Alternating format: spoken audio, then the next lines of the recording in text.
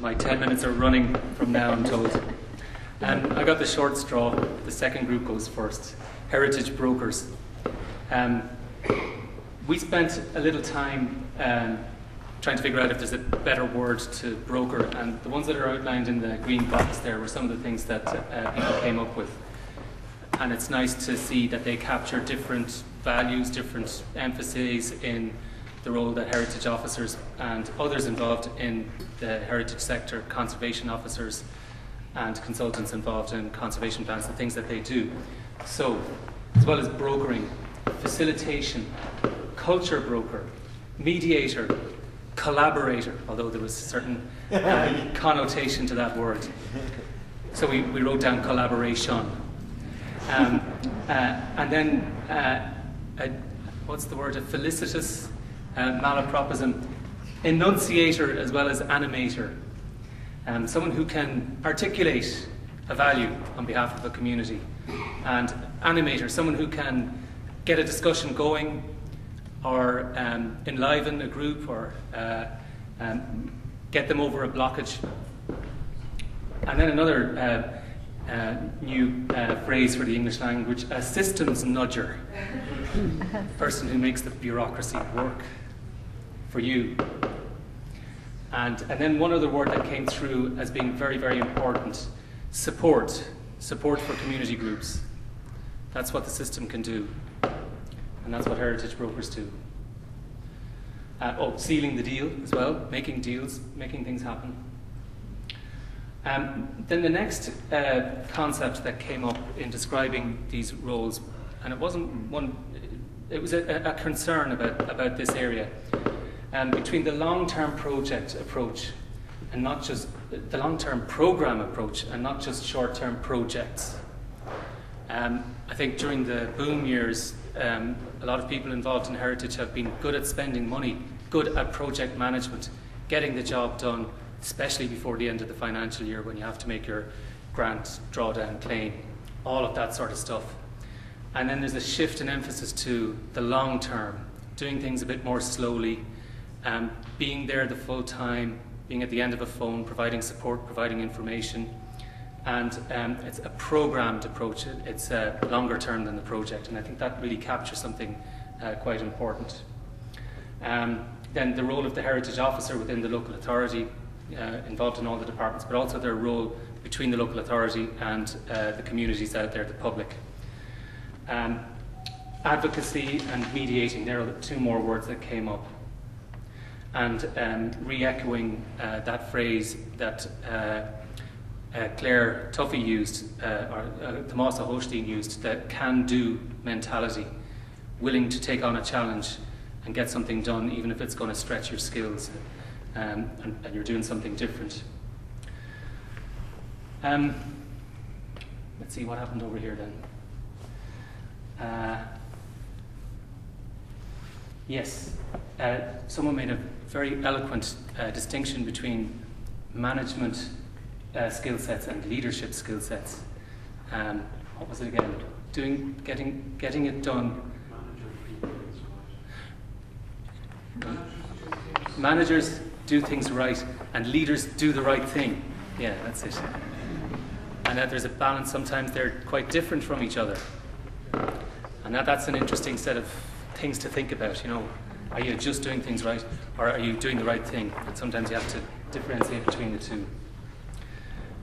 There's a fair bit of talk about the experience of local authorities in doing things inconsistently. Sometimes they just went out there and mended the footpath or did the project. They put the notice in the newspaper, but they didn't necessarily listen to anyone because they knew what they had to do and they did it. And then the heritage officer would waltz into town and say, we're going to consult, we're going to do things the right way. And that inconsistency could be jarring.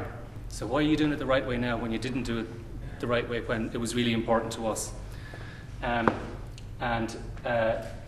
Again, that comes back to the issue that was raised earlier about trust, about public authorities needing to have a long relationship with their public and doing things the right way so that trust can be built. And a commitment from the institutions to doing things in a more consultative way during the downturn. And not just during the downturn because there's no money to spend on the big projects, but because it's the right thing. It's a better way of doing things. So we need to get the commitment that this consultative way of doing things is not just about not having any money, it's because in the end it's going to be a better way. So we're going to have to hold on to that if we ever get more money to spend again. Are we committed to a new model? And the comment is made that there's huge expertise available in communities, and the example was given of business communities, which is not necessarily the first place you go looking for heritage supporters, one would think. Again, taking out your presumptions and laying them out there. And the example was given of how it's so much better if your next door neighbour in the shop next door tells you it's time to spruce up your shop front, instead of the local authority conservation officer telling you that they're going to sue you or bring you to court for not cleaning up your shop. And so there's useful ways that these things work, and who is giving a message is really important. Again, another reason for the importance of working with local groups. And then a phrase that Alison used resonated with our group as well, our relationship-based society, and how we could build on that. And then it was also pointed out that there might be a tension between relationship basis and trust. If things are always based on relationships, then are you going to guarantee consistency? And if you don't guarantee consistency, you're going to let someone down, and then you're into a situation of mistrust again. So it's all of these things balancing themselves out, and I suppose an awareness of these dynamics is what will make us better heritage brokers. Someone else mentioned information sharing, and actually that should have been one of these green box things as well, a thing that the heritage officers do, a way that they can be of support, to provide information, to be at the end of a phone, to answer the question, to give someone a hint or a valuable lead in solving their problem, perhaps. And yeah, the issue was about trying to get something onto a website so that everyone would know about it, launching an event. And then I think that's it. There's a few other things. Oh yeah, these few groups of words here were really important as well. Sustained interest, stamina, continuity, and longevity. That's what we're going to need next. And yeah, another issue about making one group take into account the views of another group. Sometimes that's what the heritage broker needs to do. And to get groups to talk to each other and to learn from each other, pick up each other's experience. Sometimes that just means having a common language, to get people to speak the same language, and giving good reason, having rational decision making and being able to share that. So I'll leave it at that. Our group was called Building Up from the Grassroots. We had 3 questions and we put people into small groups, and they did feedback on stickies. And the first question was, what are the blockages, significant or otherwise, that prevent community involvement or delay projects? So then we kind of amalgamated the stickies, and we had a wonderful artist. We were very resourceful and engaging in our group. So we had Maeve McCarthy as our wonderful artist. So we came up with, we brainstormed images. So our images for the blockages are a padlock and then a ball and chain, right? And then various points around the blockages. We have a guy here going blah, blah, blah, blah, blah, which is for jargon and bureaucracy, right? We have money here for kind of lack of funding. We have planning here around that the planning process takes so much time, it's very hard to understand. We have time here, that volunteers' time, you know, any project is very time consuming for volunteers. And also the volunteers need to have confidence in the process, and often that can be difficult to achieve. Because agreement takes time, etc. People have busy schedules. Yeah. We have communication and the question, will I be listened to? Which again relates to the jargon and the bureaucracy, etc. And then we have here the houses with their backyards for NIMBYism, right? Not in my backyard. That whole culture of cynicism and apathy and kind of, oh, it's somebody else's job, it's somebody else's responsibility, another blockage. Then we have the vested interests. Here's a guy behind his wall looking very, very serious. He could be, for example, a landowner, you know, whatever, somebody with a vested interest.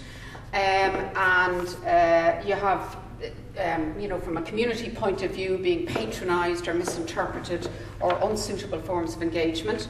And then here we hope there's nobody from Dublin City Council who'll be offended at the image of the bunkers representing the local authority, right? And that the local authority sometimes have their own interpretation and expectation, that there's a lack of a sufficient infrastructure around that in terms of communication with the community, etc. Okay, so there are all the points around the blockages. And then on to question 2, which is, what core elements are necessary to make a successful community project? So, in other words, identifying the critical success factors for a community project. And here we have the sun behind the clouds, representing the importance of vision, and consensus around vision and leadership.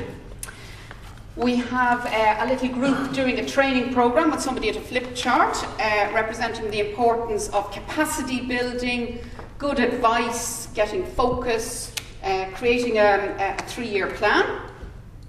We have a group here with a smiley face and the thumbs up sign, representing ownership, trust, a good process, and a consensus and collaboration between different stakeholders. We have a guy with a megaphone here for communication, dialogue between different people. We have the iPod, again, for communication and connection globally, right, and into best practice around the world. We have time here, we have the diary, very important that there's a sufficient length of time, right? We all know that some of the projects that time is a vital element. And then we've Dáil in here for political support and real power. And then maybe or maybe not the most important, we have a funding stream. We have a river with lots of euros flowing down, which is resources and access to appropriate funding streams. Okay? And then we have our third question, which is what networks, structures and systems can be put in place to improve or strengthen heritage-led community initiatives. So here we have, again, we have the train around the flip chart, right, for capacity building workshops, group facilitation, etc. We have a network. We felt that was very important around networks, both locally and around the country, and the creation of a heritage network. We have a heritage toolkit here for heritage consultation tool packs and planning aids, and even a structure around planning aid for community groups, with guidelines, best practice, etc. Around everything, including regulation, legislation, etc. We have money bags, right, for easily accessible funding. And we have a heritage champion here, right, somebody with great strong arms holding up what looks like the church at Clonmacnoise, or the Round Tower. We have directories and databases, again for sharing information, and an early warning signs system, like you would have on the road, to pick up early warning signs if a project is running into trouble, right? And then information in all its many forms, and the sharing of information and making that easy, and the sharing of expertise is vital. Okay, that's us, isn't it? That is us, yeah. Thank you.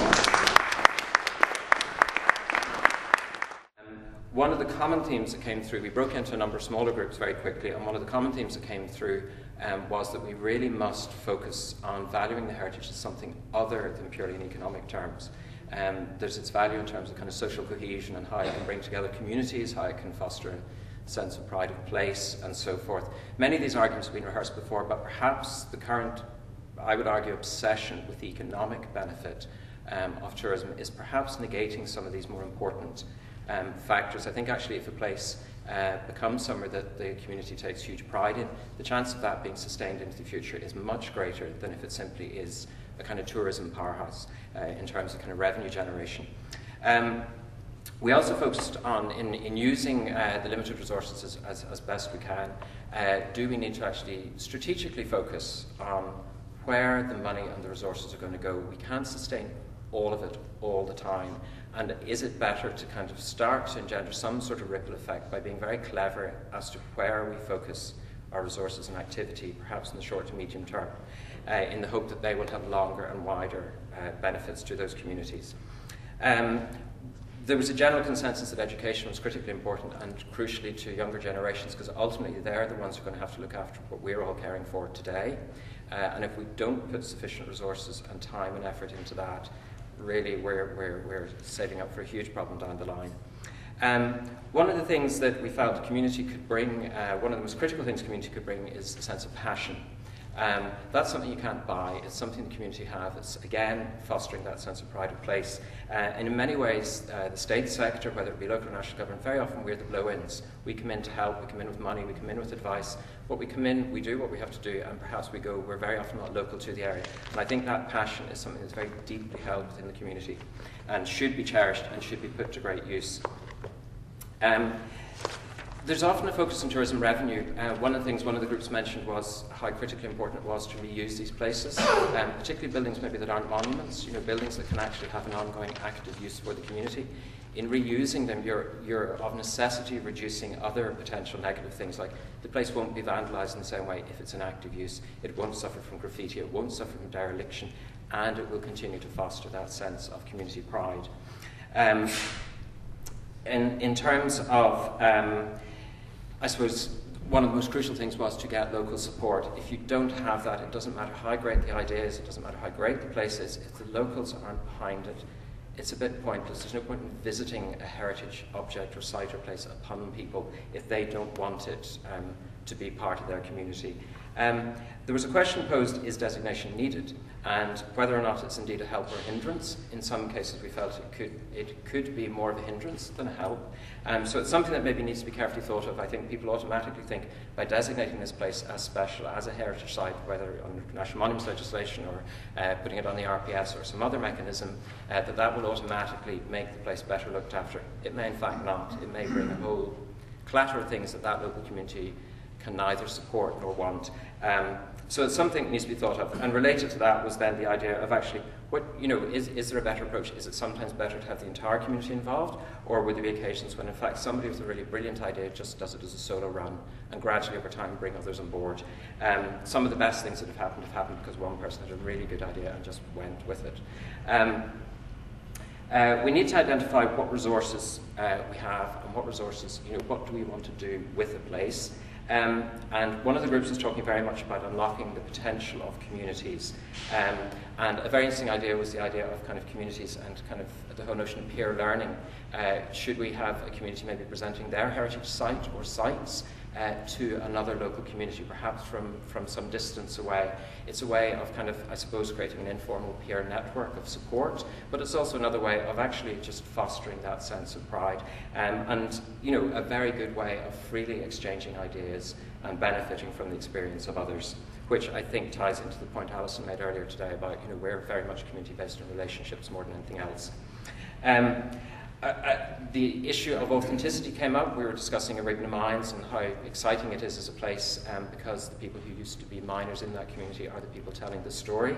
And Brendan Dunford's group was bringing up how critical it is that the local communities are in fact the best storytellers. They're the ones who are most, I suppose, best placed to tell us about their place and how important it is that we sustain that, because again, it's all about authenticity and it's about kind of something that's genuine. One of the issues that did come up in one of the other groups was the issue of transience. Places that are important to community today may not, a generation hence, be seen as important in the same way, but again, it links back to authenticity. How important and how authentic would somewhere like Arigna feel if in fact the people are telling you about it were simply tour guides? They'd never mined, they'd never dealt with that mining community. And will in fact our perception of that place change 50 years from now when presumably most of those original miners will sadly be gone? So that really is about it. The only other thing that did come up, and it came up quite early, was the potential of tapping into volunteerism. And maybe this is the time that we do that and we start to kind of develop more of that culture, because it's kind of almost implicit in all the conversations that took place today, the potential for communities to support their own heritage.